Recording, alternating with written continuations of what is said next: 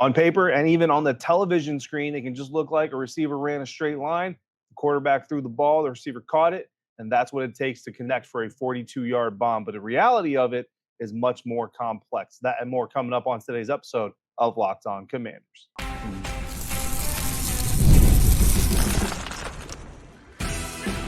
You are Locked On Commanders, your daily podcast on the Washington Commanders. Part of the Locked On Podcast Network, your team every day. And welcome into today's episode of Locked On Commanders, part of the Locked On Podcast Network, your team every day. I'm your host, David Harrison, credential member of the media covering the Washington Commanders for Sports Illustrated's CommanderGameDay.com. I'm here with you every Monday through Friday, and I greatly appreciate you coming through for today's episode. Every dayers, greatly appreciate you coming through every single day. This is your daily podcast covering the Washington Commanders. And if you haven't already, please subscribe for free on YouTube or wherever you are listening to today's episode. On this episode, you're going to hear from Washington Commanders receiver Dyami Brown, tight end Ben Sinnett, and cornerback Emmanuel Forbes. But first, we are going to talk about the 4 steps from a wide receiver standpoint that it takes to complete an explosive pass with your quarterback. We're also going to do Eye on the Tiger, day number 12, as we continue our watch on Jayden Daniels here in his rookie training camp and preseason. If you want to discuss anything we're talking about the Washington Commanders from this episode, from our film study episode, previous to this one, or for anything else, all you got to do is reach out, send me a text message. And to do that, go to joinsubtext.com/LockedOnCommanders. Sign up to be a Locked On Commanders insider, and you can text me anytime, anywhere, anything you're thinking about the Washington Commanders or you want to know. And you'll also get bonus content, inside information, live texts from games, practices, press conference, all kinds of cool stuff. No apps, no downloads, none of that. Just go to joinsubtext.com/LockedOnCommanders today. You get the first 2 weeks for free, so you can try it out. If you like it, stick around. If you don't, I appreciate you giving it a shot. This episode is brought to you by LinkedIn Jobs, which helps you find the qualified candidates you want to talk to faster. So post your job for free at linkedin.com/LockedOnNFL. Terms and conditions apply.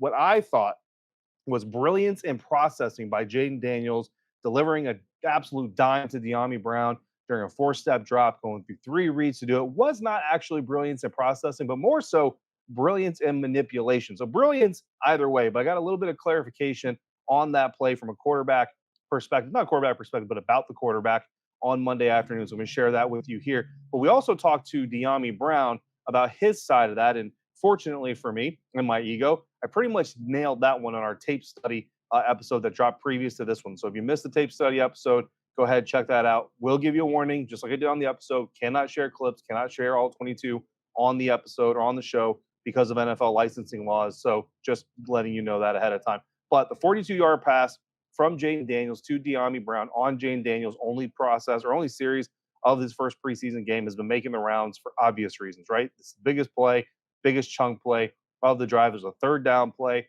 led to a touchdown run by Jayden about 6 or 7 plays later. So obviously it's really cool. And not only is it really cool that he made that play, but shout out to our buddy Sam Fortier from the Washington Post, actually sent out a tweet and made this amazing connection that Jayden Daniels' first completion in college at Arizona State, Sun Devils, was a 42-yard bomb as well to the right side of the field. He shared that tweet during the game. So huge shout out to Sam Fortier for making that connection. Apparently also turns out that bomb came on a 3rd down and 6 play as well. So a lot of almost eerie similarities between Jayden Daniels' first completion in college and first completion in the NFL. So don't want to get too carried away with the play. It was a great play. Don't want to turn it into, a gold jacket for Jayden or anything like that. But I really wanted to dissect this play a little bit further. And I kind of wanted to get to the nuts and bolts of it because I like being smarter about football. And I think a lot of you who come through here for the program, especially everydayers, you really kind of like the aspect of trying to get smarter about the game and getting smarter with me as I get smarter. So I really kind of wanted to dive into this. And in the film study episode, it dropped on Monday morning, I pointed out 4 points of manipulation in the route that Dyami Brown ran. Now, it's a go route, which to a lot of people is just run straight, run faster than the guy who's running with you. And that's fine to a base, to a surface level type of attention. But it's really much more nuanced than that in reality. And the 4 points of manipulation that I identified in our film study episode really started at the release, which, of course, is your first step of manipulation for any route. But it was a speed out release, right? A speed release, Dyami Brown taking an immediate speed release to the right side. Basically, there's no hesitation. There's just one big, giant step towards the outside of the defender. You try to immediately get off the line of scrimmage, try to get that immediate outside leverage against your opponent. I asked Dyami about that. He said that he's quick off the line. He knows he's quick off the line. So when he's going up against press coverage, he really likes to use that quickness and try to gain that leverage early on. And he certainly did so in that Jets game on this play specifically. Second point of manipulation came with a slight jab step back to the inside. He's already even with the defender. So you see him kind of take a jab step back towards the inside, kind of push that cornerback back towards the inside part of the field, not allow him to eat any of that outside cushion that Dyami Brown has created. Talked to Dyami about the entirety of this, and Dyami's told us that that's exactly what he was doing, basically trying to keep that defender from trying to eat any space that he didn't already earn. Third point of manipulation, a slight bend to his stem. So he's already got the outside leverage. Now he's running down the field. What does the defender got to do? The defender's got to do everything in his power to stay in Dyami's hip pocket. Dyami knows this. So if I'm stretching my stem back in towards the middle of the field, you're going to come with me. Again, it's very slight. It's not dramatic at all. Very, very, very slight. But it's because Dyami knows that ball is coming to his outside shoulder. So he wants to get that defensive back as far inside as he possibly can without putting himself out of position to make the catch.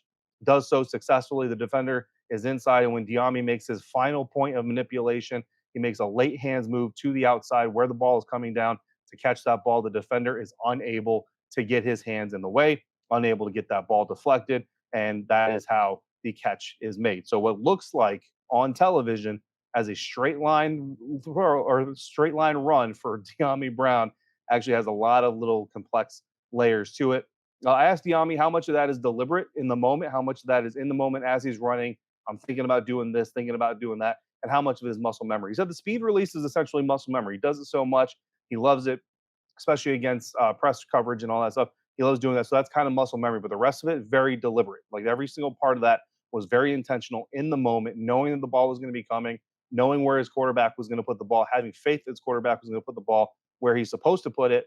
So setting all of that stuff up. So very deliberate. So, I mean, you look at that route again, and you're talking about that little subtle jab step that I pointed out to you guys. That's happening about 4 yards off the line of scrimmage. So you're talking about a 42-yard pass, and 4 yards into that 42-yard route and catch, there's action being made by the receivers to make this play to make sure that 38 yards further down the field, he's able to have success. So that really kind of shows you the nuance into what goes into successfully completing these types of passes. But then Jayden Daniels also has his role in it, not just with putting the ball in the right place, although that alone is very impressive, and the consistency to which he's been able to do it this training camp and then there in that preseason game has certainly been impressive. But also the Jayden Daniels manipulation coming from the mental side, and in this case, using his eyes to do it. So I stopped and talked with veteran receiver Olamide Zaccheus, who's played with a lot of NFL receivers or NFL quarterbacks in his day. Jalen Hurts, the Philadelphia Eagles, and obviously Marcus Mariota with the Eagles as well last year, just two of the most recent. And I asked Olamide, I said, look, man, when I'm looking at this tape, right, so from where I'm sitting, I see Jayden making this read to the tight end, John Bates, who's coming in on an over route. Then he transitions to Austin Eckler going up the seam. Then he finds Dyami, and he's doing this all within his four-step drop. And I said, is his processing really that fast, or is there something else going on here? And he said, no, it's not the processing. It's the manipulation and it's the setting up. He said, as soon as he made that check at the line, Jayden knew he was going for Dyami Brown. What he needed to do was to ensure that that safety didn't get keyed on that and have the ability to get over to disrupt that route ahead of time. And how many times you've all seen it? You've watched more Washington quarterback play probably than I have. How many times have you seen experienced quarterbacks, somewhat young quarterbacks, all the in-between quarterbacks come out and say, I want to hit this deep route. I'm going to come out and I'm just going to look right at it. In the military, we have a different word for staring at something, but you know what I'm talking about. Just staring right at something, saying that's exactly where I want to go. Jayden showing that, call it veteran savvy. It's not veteran. He's not a veteran, right? But call it kind of veteran-ish type of savvy. This is what Olamide Zaccheus said makes Jayden special. He knew exactly where he wanted to go, but he also knew in the moment. And remember, from the time Jayden came to the line, read the Jets defense, realized that he needed to check out of that play, checked into his play, do all this stuff, and deliver the ball 16 seconds of real time. That's all that went through. So in this mindset, this rookie quarterback who's playing his first NFL series had the wherewithal to understand that when I snap this ball or when this ball gets snapped to me, I need to make sure I do everything I can to protect that route and make sure that I don't tip the defense off to what we're trying to do here early on. He goes ahead and he does that, keeps the safety from getting over, make sure that Dyami Brown has that one-on-one opportunity. So again, still special, just special for different reasons So special shout out to Olamide Zaccheus for sharing that insight as a veteran receiver with us. So that is the anatomy essentially of a 42-yard bomb, right? What it looks like on tape as, hey, dude, you run straight, I'm gonna throw the ball deep, you go catch it, is actually very nuanced, very detailed. And oh, by the way, Jayden is also avoiding a pass rush in the meantime, but he can do that. He can focus on, oh crap, there's a defender coming from my right side because he's already got this other stuff planned out. So very deliberate, very intentional type of play. Doesn't just happen.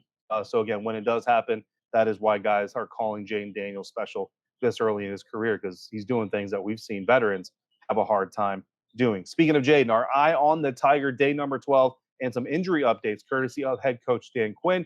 Our first Quinn's quotes coming up on this episode of Locked On Commanders, part of the Locked On Podcast Network, your team every day. Passion, drive, and patience. eBay Motors knows that what it takes to bring home the Lombardi Trophy is also what it takes to keep your ride or die vehicle alive. This episode of Locked On Commanders is brought to you by eBay Motors, and eBay Motors has everything you need to maintain your vehicle or even level it up to peak performance. They've got superchargers if you're looking for that, roof racks, exhaust kits, you want LED headlights, even more stuff in stock. Whether you're looking for speed, power, or you're looking to add a little style to your vehicle, eBay Motors has got you covered. And with over 122 million parts for your number one ride or die, you're always going to find exactly what you're looking for. And with eBay's guaranteed fit, your part is guaranteed to fit your ride every time, or you get your money back. Because with eBay Motors, they're making sure you're burning rubber, not cash. With all the parts that you need at the prices you want, it's easy to turn your car into the MVP and bring home that win. So keep your ride or die alive at ebaymotors.com. Eligible items only. Exclusions apply. eBay guaranteed fit only available to U.S. customers. Jayden Daniels completed 90% of his practice throws in 11-on-11 drills Monday, and you can guess just how physical the practice was from that number, because as impressive as Jayden Daniels has been at times, 90% is a super, super high number. Thank you for making Locked On Commanders your first listen today. For your second listen, check out Locked On Fantasy Football, the Locked On Fantasy Football podcast, to get your daily insight into the best fantasy draft strategies so that you can win your league like I'm going to this season. All part of the Locked On Podcast Network, your team every day. Day number 12, eye on the Tiger again. So a little bit of a lighter day of practice. No pads. They were in shells. It was kind of expected, a lighter day of practice, right? You just had a very physical joint practice against the New York Jets. You just had a preseason game, the first preseason game for some of these players, the first NFL game overall for some of these players, but even the veterans, you're always getting a little bit banged up in these games. Even if you come out healthy, you're not coming out completely healthy, right? I don't think anybody is from these types of experiences. So it's not unusual for coaching staffs to kind of ramp it back a little bit. That's exactly what we saw on Monday. But we did still see some team drills. We still saw some opportunities for people to make plays, especially guys who didn't play on Saturday against the New York Jets. And in his first team session, only threw one pass, but Jayden Daniels completed a pass to veteran tight end Zach Ertz on a right to left over route, coming off a play action, rolling to his right side. So if you can imagine that, he's rolling to his right, throws to his left, connects with tight end Zach Ertz, who is wide open, which is something that we've seen quite often actually in training camp. So if that's something that this team can continue to produce into the regular season, Jayden Daniels, Zach Ertz connection is going to be very fruitful. That was the only pass for that set. In his second set, started off with a completion on a screen route to Olamide Zaccheus. Second pass was completed on a slant route to Mitchell Tinsley. Was behind. Mitchell Tinsley had to make an adjustment to catch that pass. Made a really nice adjustment to make the catch on that pass. So Jayden Daniels a little bit behind on that one, but still completed. Next pass was incomplete. It was a hitch route to Dyami Brown, bounced off his shoulder, unfortunately. So probably be counted as a drop from the angle I was at. The defender may have gotten a hand in, kind of to try to get away from the ball. But I did see the ball hit Dyami Brown in the shoulder, so probably would have been labeled as a drop. 3 for 4 on the next one, a stop route to Jahan Dotson, and then completed his fourth of his fifth of 5 passes on a right to left dig route, I believe, to Terry McLaurin. I believe Terry McLaurin got that one. It was a long developing play, and kind of showed the kind of, let's say half, but probably about 80% speed that the defense and the offense were kind of running to. Next set, Jayden Daniels completed all 4 of his pass attempts. First one was a comeback route to Olamide Zaccheus. Second was a flare right to Austin Eckler. Then there was a practice sack by Frankie Louvu, who came in really quick. Third pass was a hitch route run by Mitchell Tinsley, and then an out route to tight end Ben Sinnett to complete that. So again, 9 for 10 on the day. Did throw the ball on the sack play, did fall incomplete, but again, it's a sack. So for me in my charting, I killed the play right then and there. Play of the day, we had a practice. We have to have a play of the day. Was that play action roll right throwback to the left to Zach Ertz, simply because Zach Ertz just continues to find space in zones and find space wide open. He did it a couple times against the New York Jets in the joint practice. So really looking forward to seeing him going up against the Miami Dolphins. Maybe see him get a little bit of game action. I don't know. He's an older veteran, so I wouldn't be surprised if the Commanders just kind of shut him down from full game action throughout the preseason. Wouldn't surprise me at all. But very excited for you guys to be able to get your first glimpses. If you haven't come out to a practice, if you can't make it out to the joint practices, and if they don't play in the preseason, really excited to see you, for you to see Zach Ertz do some of the things that he's been doing out here. Some other updates and notes from today's practice: no Brandon Coleman, no Johnny Newton, no quarterback Sam Hartman, no Dante Fowler Jr. and Jeremy McNichols was on the practice field but had a no contact jersey. He's a really hard hit during the game on Saturday. And then we're going to get some injury updates from Dan Quinn as we hit our first Quinn's quotes of the season. Last year it was ranting about Ron is what it was last year. Basically, every day after game press conference, we'll take some quotes from the head coach and some topics that we discussed, and we'll talk about those just a little bit in depth. Today, we're just going to kind of have a topic list, not going to go into too many quote unquotes, all those things. But today, Dan Quinn did say it was Tell the Truth Monday, which can basically talk through the game, go through the pluses and the minuses of it. So there are some negatives that they're going to go out and talk about. And so that basically this week he knows more about the team than he did last week, and that's what this process is all about, is getting to know his roster, getting to know his team, so they can kind of continue to formulate their plans moving ahead. So it was good to see rookie tight end Ben Sinnett stretching the field in the passing game. Said he's seen him do some good stuff in the running game, so he really wanted to see it in the passing game. And then, of course, Ben Sinnett getting that nod on angry runs. He said after practice he hadn't seen it yet, but he says pretty sure his mother probably sent it to him already, so he's going to check that out. Thought it was very cool that he ended up on angry runs.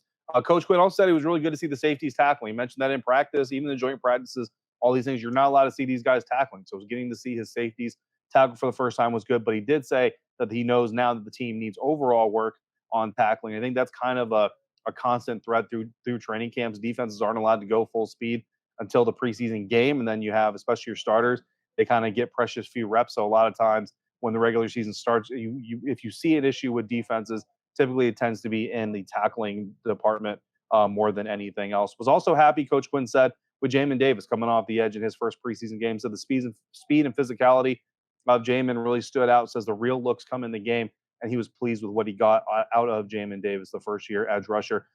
Speaking of fourth string rookie quarterback Sam Hartman does have an injury to his right shoulder. He was out Monday.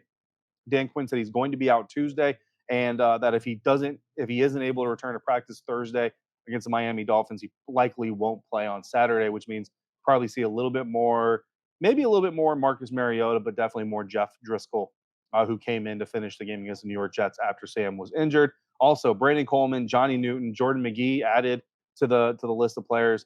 Was injured, and actually, I don't think I mentioned that he wasn't at practice. So he wasn't at practice on Monday as well. Jordan McGee injured his knee in that game on Saturday. Not a long-term issue, coach says. None of these injuries are long-term issues. Soft tissue issues for Brandon Coleman and Johnny Newton.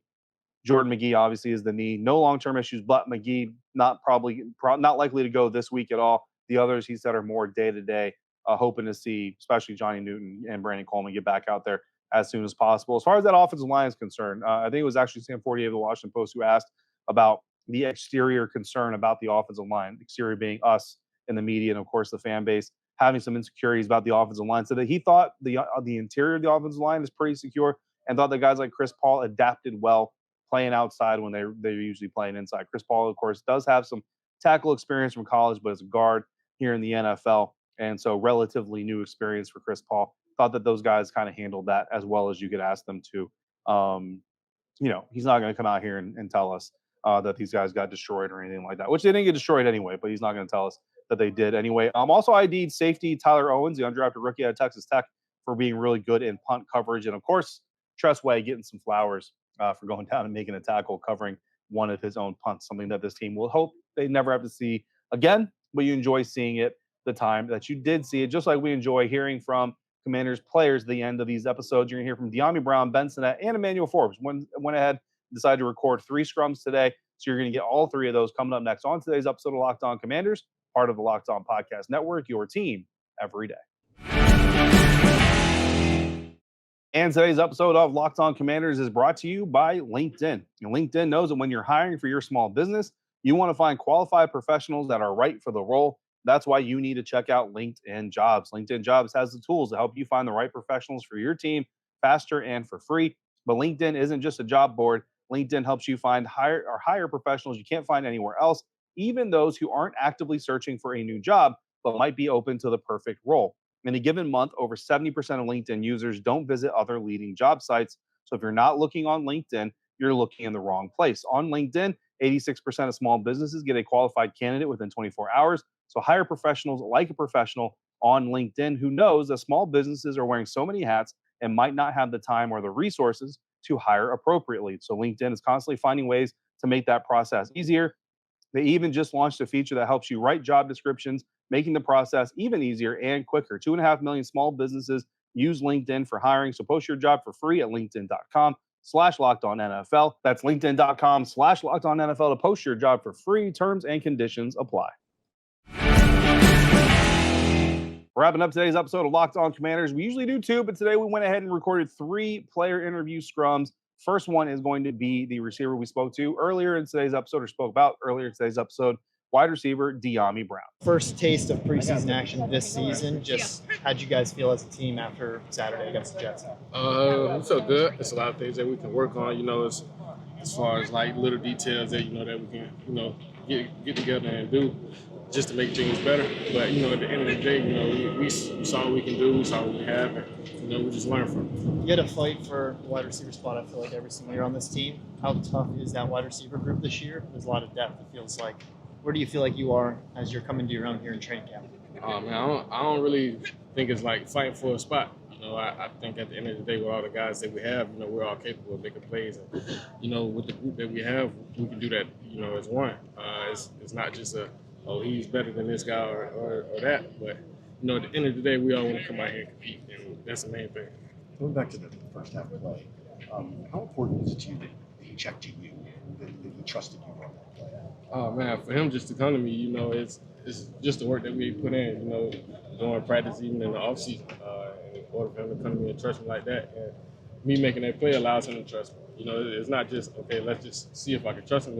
He trusts me just to make that play. Where did that relationship start for you and Jayden back in the early part of the offseason? Yeah, I definitely say when he first got drafted, I hit him up and said, anything you need, just let me know, I'm here for you. And, we built that barn, we met up a few times, even in the offseason, just to build that camaraderie, without the players. So that was big for us. For you in this offense, how does it fit for you? How do you feel like you kind of function in this offense this year? Man, I think it just allows me to be me. And a lot of us is different in this offense. Cliff, he kind of put the pieces together and finds out who we have and, put the players together before us. You're getting a lot of opportunity here this summer, maybe more so than previously. Like, are you at all surprised by that? Are you not surprised by that? Are you happy that you're finally kind of getting this opportunity to show what you can do out there? I think the opportunity is the opportunity. I searched for the opportunity multiple times, but at this point, it's just, when the opportunity comes, make the best of it. Yeah, I'm pleased with where you are. Yeah, for sure. Let's stay on the offensive side of the ball. Let's look at rookie tight end Ben Sinnott. I try to pride myself on just my physicality and the after the catch stuff. Something you can't show in practice. I think I mentioned in an interview. Like, it's tough to kind of show that physicality and that finish without guys actually trying to tackle you. So something I just wanted to bring from college, and it's good to get that out of the way and be able to kind of prove to myself that I can do it at the next level. And when you see it on tape, you're in it. You're in a game. When you see it on tape, That was great. Yeah, I wish I could have broke through, but just trying to get the extra yard, extend the play, try to put the team in the best possible position to succeed. So yeah. Was the speed of the game any different now that you got a full game under your belt? Mm-hmm. Yeah, I would say it's a faster game. Guys are more intelligent, bigger, stronger, faster guys. But I don't think it's anything that's going to be too much. I'm adjusting very well, and having the guys in practice, being able to go against those guys and how talented our roster is, it makes it a lot easier to translate it. How would you rate kind of the gelling of the offense at this point now that you guys do have that one under your belt? Yeah, I think it's good. Guys are clicking. Even today, you see the confidence carrying over from the game, and guys really connecting and putting in new concepts and still being able to hit those. It's been great to see, and I can't wait to see where we can be. Yeah, your quick thoughts on Jayden as well. Yeah, great. Can't say enough good things about that guy. Just the way he works and you guys all know just the type of player, the type of person he is. And I mean, we're all really excited to see what he can do for us. How tight knit is this tight end group that you guys have? You got a veteran like Zaccheus, you got Cole Turns in here for a couple of years. Yeah. How tight knit it is, and how we're excited after the performance you had on Saturday. Yeah, I mean, it's a super tight knit group. We all really care for each other. We are brothers in there, guys that really get along well. So, I mean, I'm so excited to see all those guys be successful on the field. Obviously, you saw it on Saturday. It's a super talented group, and we got guys who can play, and we all kind of got our own little niche. But I mean, I'm really excited. It's a great group. Then today was Tell the Truth Mondays. What were the truths that you heard? What was kind of that entire vibe like? Yeah, I mean, you go in there and the eye in the sky don't lie. We still got a lot of stuff to improve on.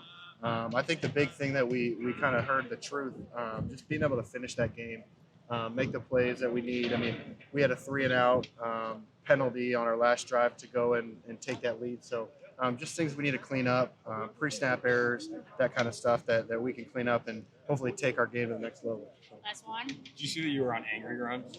On what? On Angry Runs on NFL Network. They Oh. do like a whole Angry Run segment. You Oh, were on really? there. Yeah. That's cool. I'm gonna have to. I'm sure my mom probably already sent it to me, but that's cool to hear.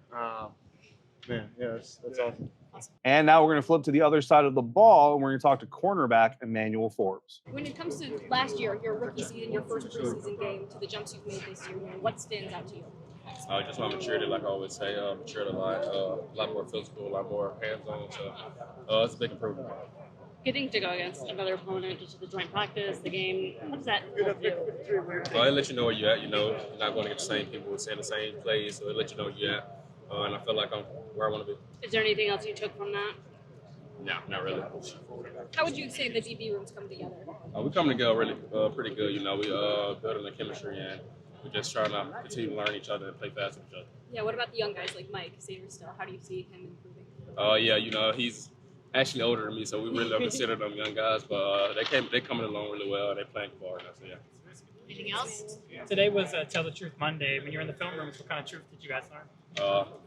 We play hard. You know, we didn't win the game, you know, but there's always things that you can improve on. There's a lot of good and there's some bad, you know, but that's part of football. So, yeah. All right, that's going to do it for today's episode. Coming up tomorrow, we got another practice out here Tuesday morning in Ashburn. So we will do another episode after practice as we always do. And then we're off to Miami Wednesday. So it's a travel day. I will come back to you Thursday after the joint practice with the Miami Dolphins. And then, of course, leading into Friday at the end of the week and Saturday after the game. In the meantime, if you got questions or comments about the Washington Commanders, all you got to do is send me a text message. Go to joinsubtext.com/LockedOnCommanders. Become an insider today and text me your thoughts. Make Locked On Fantasy Football Podcast your next listen today. Get daily insight into the best fantasy draft strategies so you can win your league this season. And as always, thank you for making Locked On Commanders your first listen of the day, every day, every day. Thanks for coming through on a regular basis like you do. And until we speak again, if you're out and about, please be safe, be kind, and we will see you right back here next time for another episode of Locked On Commanders, part of the Locked On Podcast Network, your team every day.